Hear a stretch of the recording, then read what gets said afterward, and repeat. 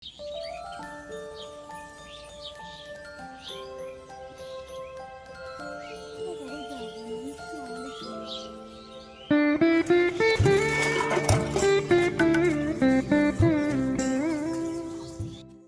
সকাল আমার প্রিয় বন্ধুরা, আশা করছি তোমরা যে যেখানে আছো সকলে ভালো আছো, সুস্থ আছো। বীরভূম জেলার ছোট্ট একটি গ্রাম থেকে আমি দৈবকী তোমাদের সকলকে জানাই আমার ব্লগ চ্যানেলে অনেক অনেক স্বাগত আর আমার অনেক অনেক ভালোবাসা। সকালবেলায় দেখো চলে এসেছি পুকুর ঘাটে, আর সকাল বলতে এখনও 7:30 মতো বেজে গিয়েছে গো। কারণ আগে আমি বাসনটা মাজিনি, আগে ওই মারুলি দেওয়া হয়েছিল আর ঘরগুলো ঝাড়ু দেওয়া হয়েছিল। তারপরে রুদ্রসোনাকে উঠিয়েছিলাম, ওকে ব্রাশ করানো, খাওয়ানো, টিফিন বানানো, মানে ওর কাজগুলো সেরে ওকে স্কুলের গাড়িতে দিয়ে এসেছি। তারপরে আমি বাসনগুলো মাজছি, ভালো করে জল দিয়ে ভিজিয়ে রেখে গেছিলাম। সব বাসনে একদম বেশি করে জল দিয়েছিলাম। বেশি করে জল না দিলে কি হয় জানো তো, হাঁসগুলো আসে দিয়ে বাসনগুলো আর কি ফেলে দেয়, আর বেশি জল দিলে ফেলতে পারে না। তো যাই হোক, অনেকগুলো বাসন, আর কালকে সন্ধেবেলাকার খাওয়ার বাসন আছে, রাত্রের খাওয়ার বাসন আছে, আবার সকালবেলায় চা মুড়ি খাওয়া বাসন আছে, আর ওই যে কড়াইটায় চা হয়েছিল কড়াইটাও আছে। তাই অনেকক্ষণ সময় লাগলো বাসনগুলো মাজতে। আরও কয়েকটা ছিল জানো তো, দিদি আবার কয়েকটা এখান থেকে খোড়াগুলো নিয়ে গেল। ওই যে বড় বাটি, খোড়াগুলোই আমরা আর কি চা মুড়ি খাই, সবাই মুড়ি খায় আর কি। তো রুদ্র বাবা ব্রাশ করলো, সেই জন্য রুদ্র বাবার জন্য আর জামাইবাবু দিদির জন্য মানে নিয়ে গেছে, নইলে আরও বাসন হতো। পুকুর পাড়ে বাসনগুলো ধোয়ার পর গেছিলাম কল পাড়ে। ওই যে রাস্তার কলে জল চলে এসেছিলো, তো ওখানে বাসনগুলো ওই কলের জল বুলিয়ে নিলাম, তারপরে ঘরে রেখে দিয়েছি। তারপর দেখো চলে এসেছি উনুন শালে। প্রথমে উনুন শালে এসে উনুনের ছাইগুলো তুলে নিলাম, আর যে বালতিটায় করে তুলছিলাম ওই বালতিটায় গুঁড়ো রাখা আছে, তো সেই জন্য এই বড়ো বাটিটায় তুললাম, তুলে ওই জানালা আছে ওই দিকটায় রেখে দিলাম। আর রাখলাম কেন বলো তো, কারণ এখন গোয়াল ঘর ভিজে ভিজে হয়ে থাকে, স্যাঁতসেঁতে হয়ে থাকে বর্ষার দিন, তো সেই কারণে না মানে ছাই দিলে একটু ভালো হয়, তো সেই জন্য ছাইটা আর কি রেখে দিলাম। যখন গোয়াল পরিষ্কার করা হবে তখন ছিটিয়ে দেওয়া হবে। তো যাই হোক, আজকে আর গোবর নিয়ে আসিনি, আজকে নিয়ে এসেছি মাটি। সেই যে মাটি ভিজিয়েছিলাম হাঁড়ি কড়াইয়ে লেবো বলে বড় বাটিটায় করে, তো ওখান থেকে হাতে করে নিয়ে এলাম, দিয়ে এরকম মাটি দিয়ে উনুন শালটা লেপছি। উনুন শালটা লেপছি বলতে পুরোটা লেপবো না জানো তো। আর আমি যখন বাসন মাজছিলাম, তোমরা কি একটা জিনিস লক্ষ্য করেছো, তখন কিন্তু বৃষ্টি পড়ছিল, মানে ওই পুকুরে পড়ছিল, একটু একটু বোঝা যাচ্ছিল, মানে টিপটাপ টিপটাপ করে বৃষ্টি পড়ছিল। তাই গোটাটা লেপবো না, আবার যদি জোর বৃষ্টি আসে তাহলে আবার সেই যাকে তাই হয়ে যাবে। তো যেইটুকু রান্নার কাজে আমি ব্যবহার করব, তো সেইটুকু দেখো গোল করে লেপে দিচ্ছি।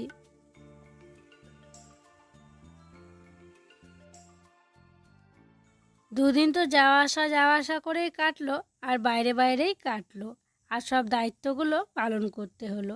তো যাই হোক, এই ছোট্ট ব্যাগটাই তো নিয়ে যাওয়া হয়েছিল। চলো ব্যাগের মধ্যে এখন দেখি যে কোন জামা কাপড়গুলো কাচতে হবে আর কোনগুলো কাচতে হবে না। ওই নিয়ে গেছিলাম দু একটা করে, যেগুলো পরিনি ধরো ব্যাগের মধ্যেই ছিল, সেগুলো আর কাচাকুচি করে কি করব। তাই দেখো দুই দিকে আমি আলাদা আলাদা করে নিচ্ছি, যেগুলো সার্ফ দিয়ে আর কি কাচতে হবে না সেগুলো একদিকটায় রাখছি, আর যেগুলো পরা হয়েছিল সেইগুলো আর এক দিকটায় রাখছি। তবে আজকে তো আর কাচা হবে না, কারণ টিপটিপ করে বৃষ্টি পড়েই চলেছে। আর এই যে স্ট্যান্ডটা দেখছো, এটাও কিন্তু আমি নিয়ে গেছিলাম। বড় যেটাতে আমি ভিডিও করি সেটা নিয়ে যাইনি, এই ছোটোটা নিয়ে গেছিলাম যদি কোনো দরকার পড়ে। দরকার বলতে ওই যে মাসির বাড়িতে যখন ছিলাম, কাজের ভিডিওগুলো তোমাদের সাথে শেয়ার করেছিলাম, তখন আমার ওটা দরকার পড়েছিল। তো যাই হোক, এখানে বেশি কিছু ছিল না, তো যেগুলো কাচবো না আবারও ব্যাগে ভরে রেখে দিলাম, আর যেগুলো কাচবো আলাদা করে সাইড করে রাখলাম। স্নান করে নিয়েছি, স্নান করেই মুড়ি খাবার করলাম। আর আজকে পুজোটা দিদি স্নান টান করে পুজো করে দিয়ে ভাগ্নিকে নিয়ে স্কুলে গিয়েছে, আর মুড়ি খাবার ওই আলুর তরকারি করলাম। তারপরে দেখো মুড়ি খেয়ে নিচ্ছি। মা বসে আছে, মাকে জিজ্ঞাসা করলাম যে মুড়ি দেব, তো মা বলল একটু পরে খাবে। আর রুদ্রর বাবা বানিয়েছে চাটা যেন ও দারুণ বানিয়েছে, ওই আদা দিয়েছে আর এলাচ দিয়েছে। চাটা খেতেও খুব ভালো লাগছে, আর একটু বেশি করে দুধও দিয়েছে। মানে এই টাইমে যে ও চাটা করে, চাটা একটু মানে স্পেশাল করেই বানায়। তো যাই হোক, চা মুড়ি আলু ভাজা তরকারি সব দিয়ে আর কি খেয়ে নিচ্ছি। খাওয়া দাওয়া করবো, তারপরে তখন রান্নাবান্নার ব্যবস্থা করব। মুড়ি খেলাম, মুড়ি খেয়ে মাকে স্নান করিয়ে দিয়েছি। তারপরে মাকে মুড়ি খেতে দিয়েছিলাম। মায়ের দেখো মুড়ি খাওয়াও হয়ে গেল। আর এদিকে আমি বসেছি সবজিপাতি কাটার জন্য। বাড়িতে সবজি বলতে দেখছি কয়েকটা ঝিঙে আছে, আর কচু আছে, আর আছে আলু। তো ওগুলো দিয়েই দেখি কি করা যায়, ওগুলো দিয়েই রান্নাবান্না আজকে করব। আর হ্যাঁ, একজন কমেন্ট করেছে, মানে কি বলতো, যেদিনকে মাসির বাড়িতে আমরা সকালবেলাতে চলে এলাম, মাসির বাড়ি থেকে বিয়ে ছিল সেই দিনকে চলে এসেছিলাম, সেই দিনের ভিডিওতে একজন কমেন্টে লিখেছে যে আসবে নাই বা কেন, মাসিদের সাথে মামাদের সাথে তোমরা পুরোই বেমানান। তো কি বলো তো, বেমানান বলেই যে আমরা বাড়ি চলে এসেছি সেটা কিন্তু নয়, কারণ বিয়েতে আমাদেরকে আসতেই হতো, সেই কারণেই বাড়ি চলে এসেছিলাম। আর সত্যি বেমানান যে বলেছো, কথাটা ভুলও বলনি, কারণ মাসিদের অবস্থা, মামাদের অবস্থা, আমাদের অবস্থা মানে পুরোই আলাদা আর কি। আর কি বলো তো, পৃথিবীতে তো সব মানুষ আর একরকম হয় না, অনেক রকমের মানুষ আছে, কেউ গরিব, কেউ মধ্যবিত্ত, কেউ বড়লোক। তো যাই হোক, বেমানান বলে আসিনি। আর যদি বেমানান বলে চলে আসতাম তাহলে হয়তো আর কোনো দিন যেতামই না। তারপরেও কিন্তু তারপরের দিন মামাদের বাড়িতে থেকে আবারও গেছিলাম মাসির বাড়িতে।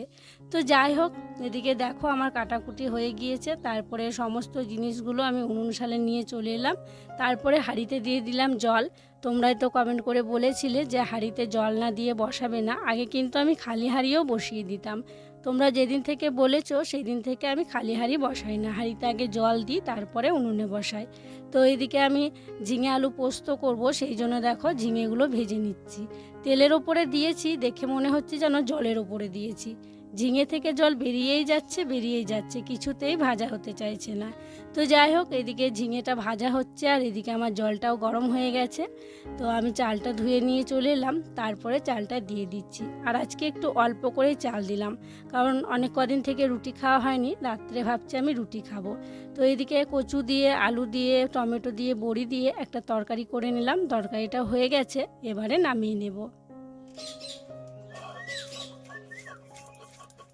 আর এদিকে দেখো আমি বেটে নিচ্ছি পোস্ত। তো ওই যে ঝিঙে আলু কেটেছিলাম, ঝিঙে আলু দিয়ে পোস্ত করব। তো রুদ্র বাবা দোকানে গেছিলো, ওকে বললাম যে পোস্ত নিয়ে এসে দাও। এই যে একটুখানি পোস্ত, তারই দাম হচ্ছে 50 টাকা। তো 50 টাকার পোস্ত নিয়ে এলো। 25 গ্রাম পোস্তর দাম হচ্ছে 50 টাকা। তোমাদের ওইদিকে পোস্তর দাম কেমন আমাদেরকে কিন্তু কমেন্ট করে জানিও। তো যাই হোক, পোস্তটা দেখো আমি বেটে নিচ্ছি। আর ওইদিকে তরকারিটা নামিয়ে নেব, তারপরে পোস্তটা করে নেব, তাহলে হয়ে যাবে। আজকে আর বেশি কিছু রান্নাবান্না করছি না, ওই আলু পোস্ত আর ওই যে দেখলে যে বড়ি আলু কচু দিয়ে একটা তরকারি করলাম, ওই আর কি রান্নাবান্না করছি। তো রান্নাবান্না আমার হয়ে গিয়েছে। তারপরে আমি কিন্তু হাঁড়ি করে আজকে মাজা হয়নি গো, ওগুলো ভিজিয়ে রেখেছি, একটু দেরি হয়ে গেছিলো। তো লালিকে ভাবলাম খাবারটা দিয়ে দিই, মানে যে ভাতের ফ্যানটা রেখেছিলাম সেটা লবণ দিলাম, দিয়ে লালিকে দেখো দিয়ে দিলাম। আর এখানে গোবর ছিল, গোবরগুলোও তুলে নিলাম। মাকে খেতে দিয়েছি খিচুড়ি, আজকে কাকিমারা বানিয়েছে খিচুড়ি। কাকিমা একটু আগে আমাদের বাড়ি এসেছিলো, দিয়ে আমাকে জিজ্ঞাসা করছিল কি রান্না করলে। আমি বললাম যা যা রান্না করেছি তাই বললাম। দিয়ে কাকিমা বললো বৃষ্টি বলছিল আজকে বৃষ্টি পড়ছে, তাহলে খিচুড়ি করো। তাই খিচুড়ি হয়েছে, তাই বাড়িতে দিয়ে গেছিলো, মাকে খিচুড়ি দিয়েছি।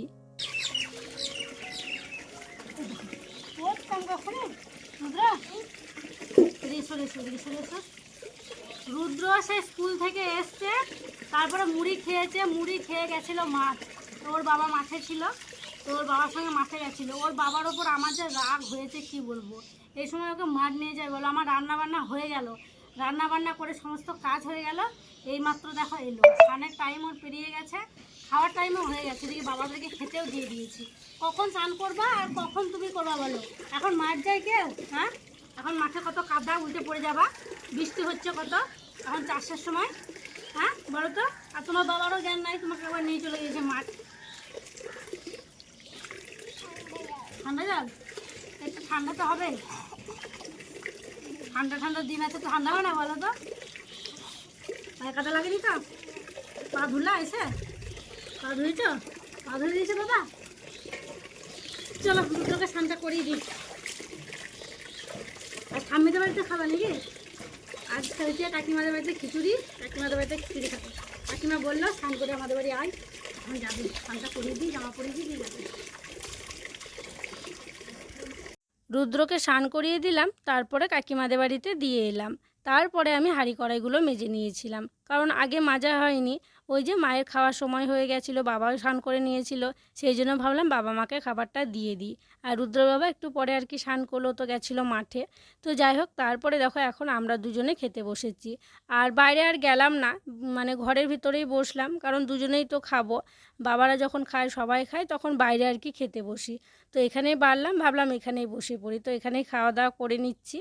আর রুদ্রর বাবার পাতে একটু মানে কাকিমাদের আলু ভাজাও দিয়েছি, আলু ভাজা দিয়েছিল, রুদ্র বাবাকে দিয়েছি, বাবাকে একটু দিয়েছিলাম, মাকে একটু দিয়েছিলাম। তো যাই হোক, চলো খাওয়া দাওয়া করে নিই। আর এখানে লঙ্কা, বাবা যে সেদিনকে হাটে গেছিলো, লঙ্কা নিয়ে এসেছি, জানো তো লঙ্কাগুলো কি ঝাল, দেখে মনে হচ্ছে যে ঝাল নয়। তো রুদ্র বাবা বড় একটা লঙ্কা নিয়েছে, আমি বলছি তুমি খেতে পারবে না, তুমি আমাকে একটু দাও। তো একটু আমাকে ভেঙে দিল। তো ওই যে কচুর তরকারিটা করেছি, সেই তরকারিতে লঙ্কা মেখে খাচ্ছি।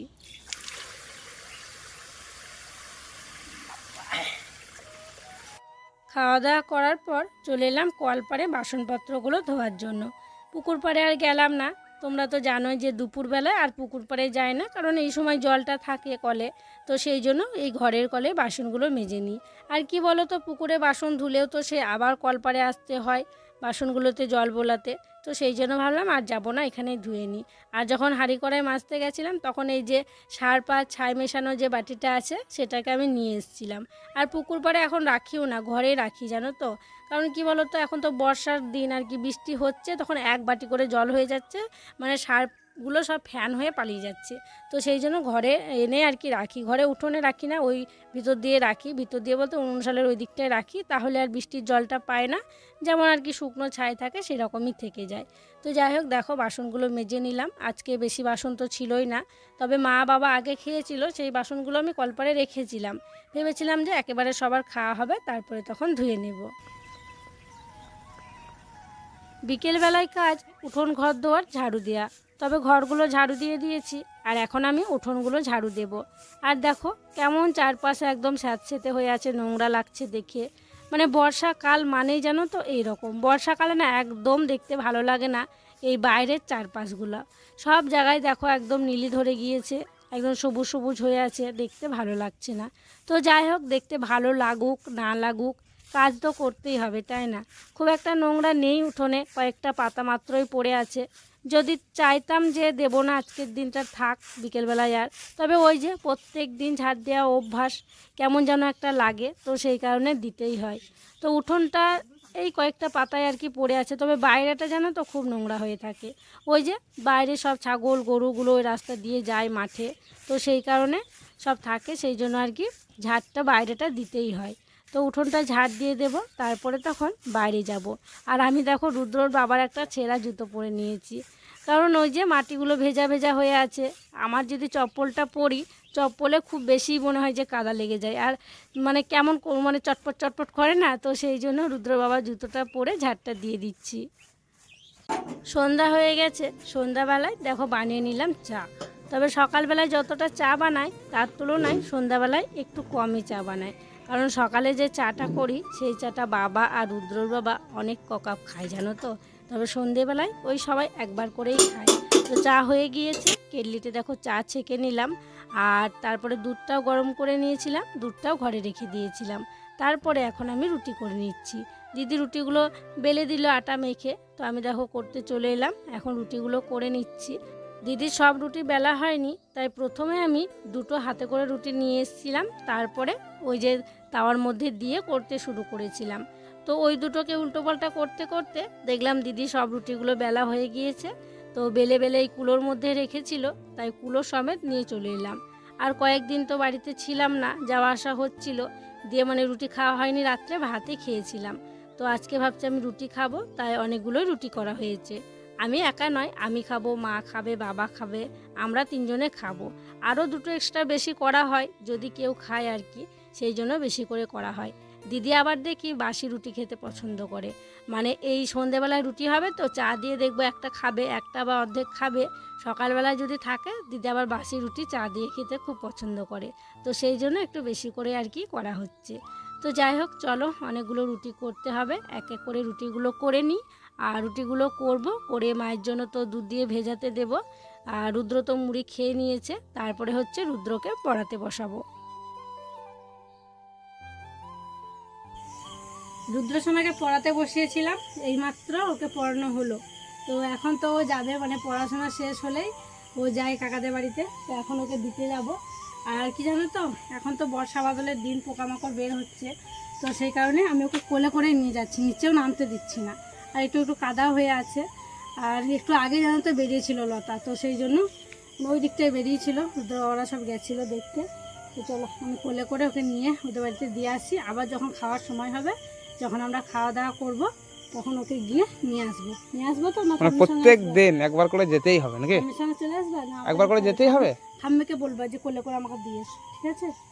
হ্যাঁ, খাওয়া দাওয়া হবে, আমি জানলা দিকে ডাকবো, ঠাম্মিকে বলবো দিয়ে এসো, খাওয়া দাওয়া করবো, চলে আসবো। হ্যাঁ, তো চলো ওকে দিয়ে আসি। আর আজকের মতো তাহলে এখানেই বিদায় নিচ্ছি। তোমরা সকলে ভালো থেকো, সুস্থ থেকো। আর যারা নতুন বন্ধু হয়ে আমার এই ভিডিওটি দেখছো, তাদের কাছে একটি অনুরোধ করছি, আমার চ্যানেলটিকে সাবস্ক্রাইব করে আমার পাশে থেকো। আর যারা পুরনো বন্ধু হয়ে আমার পাশে আছো, তাদেরকে আমার অসংখ্য অসংখ্য ধন্যবাদ আর অনেক অনেক ভালোবাসা। দেখা হবে আবার পরবর্তী ব্লগে। গুড মর্নিং বলো। Good morning.